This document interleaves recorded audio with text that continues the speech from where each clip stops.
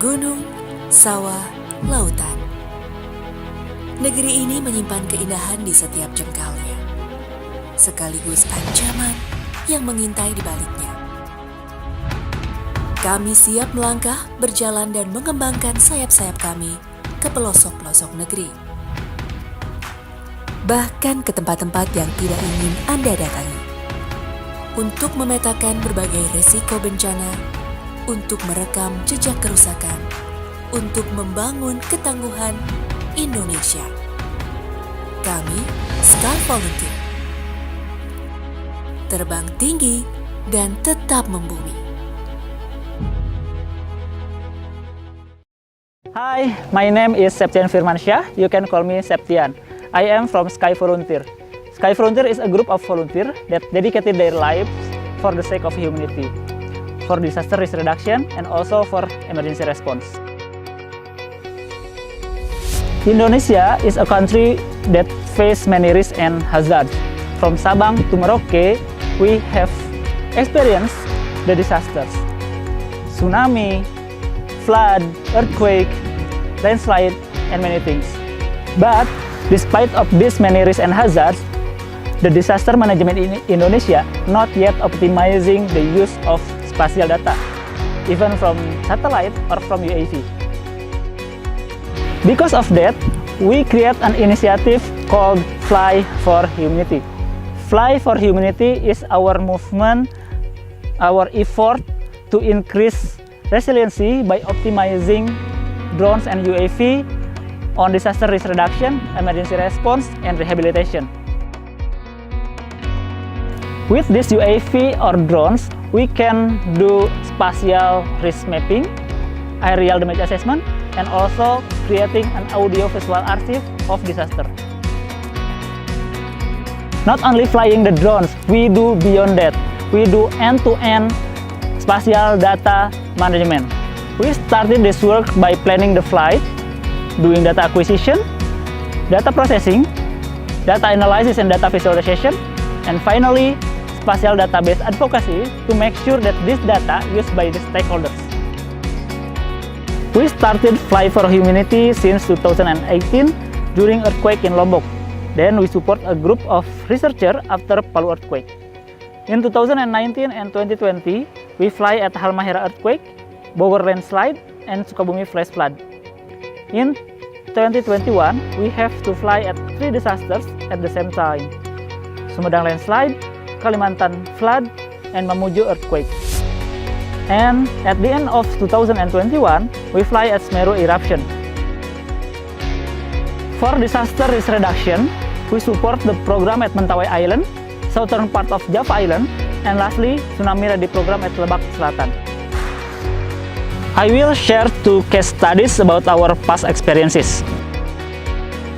The case study is landslide in Sumedang, West Java.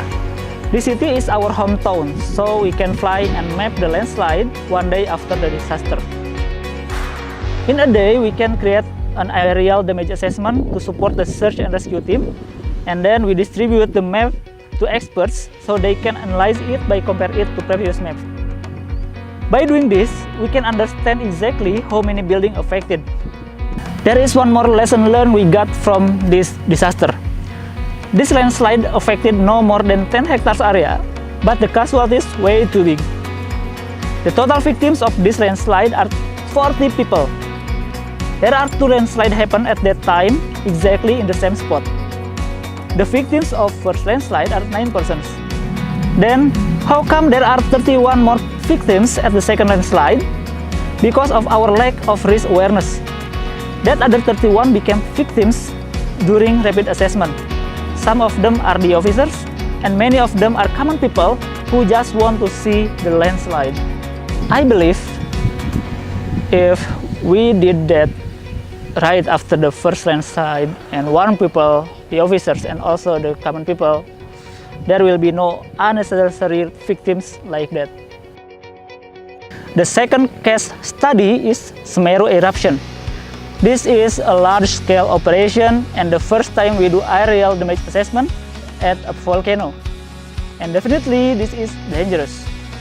The volcano is still active and can erupt at any time. After we assess the condition, we only can fly 3 hours every day in the morning at 6 a.m. to 9 a.m. because there will be sudden changes of weather at noon. So every day we have to wake up around 3 or 4 a.m. and prepare the flight before 6. The area we have to map is so huge, we need more than one team.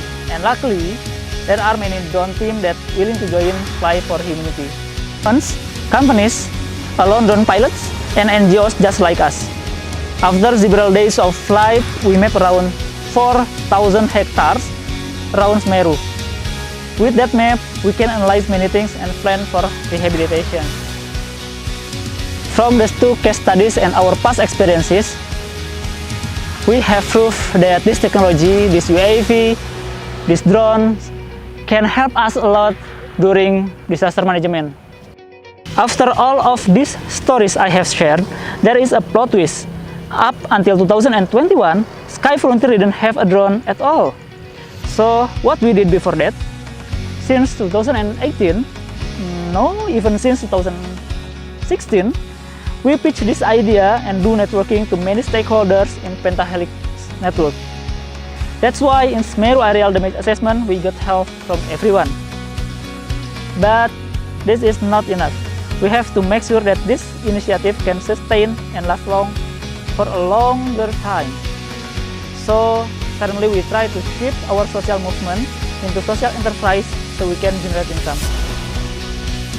This is the story of Sky Frontier and Fly for Humanity. Thank you. Fly high and keep down to earth.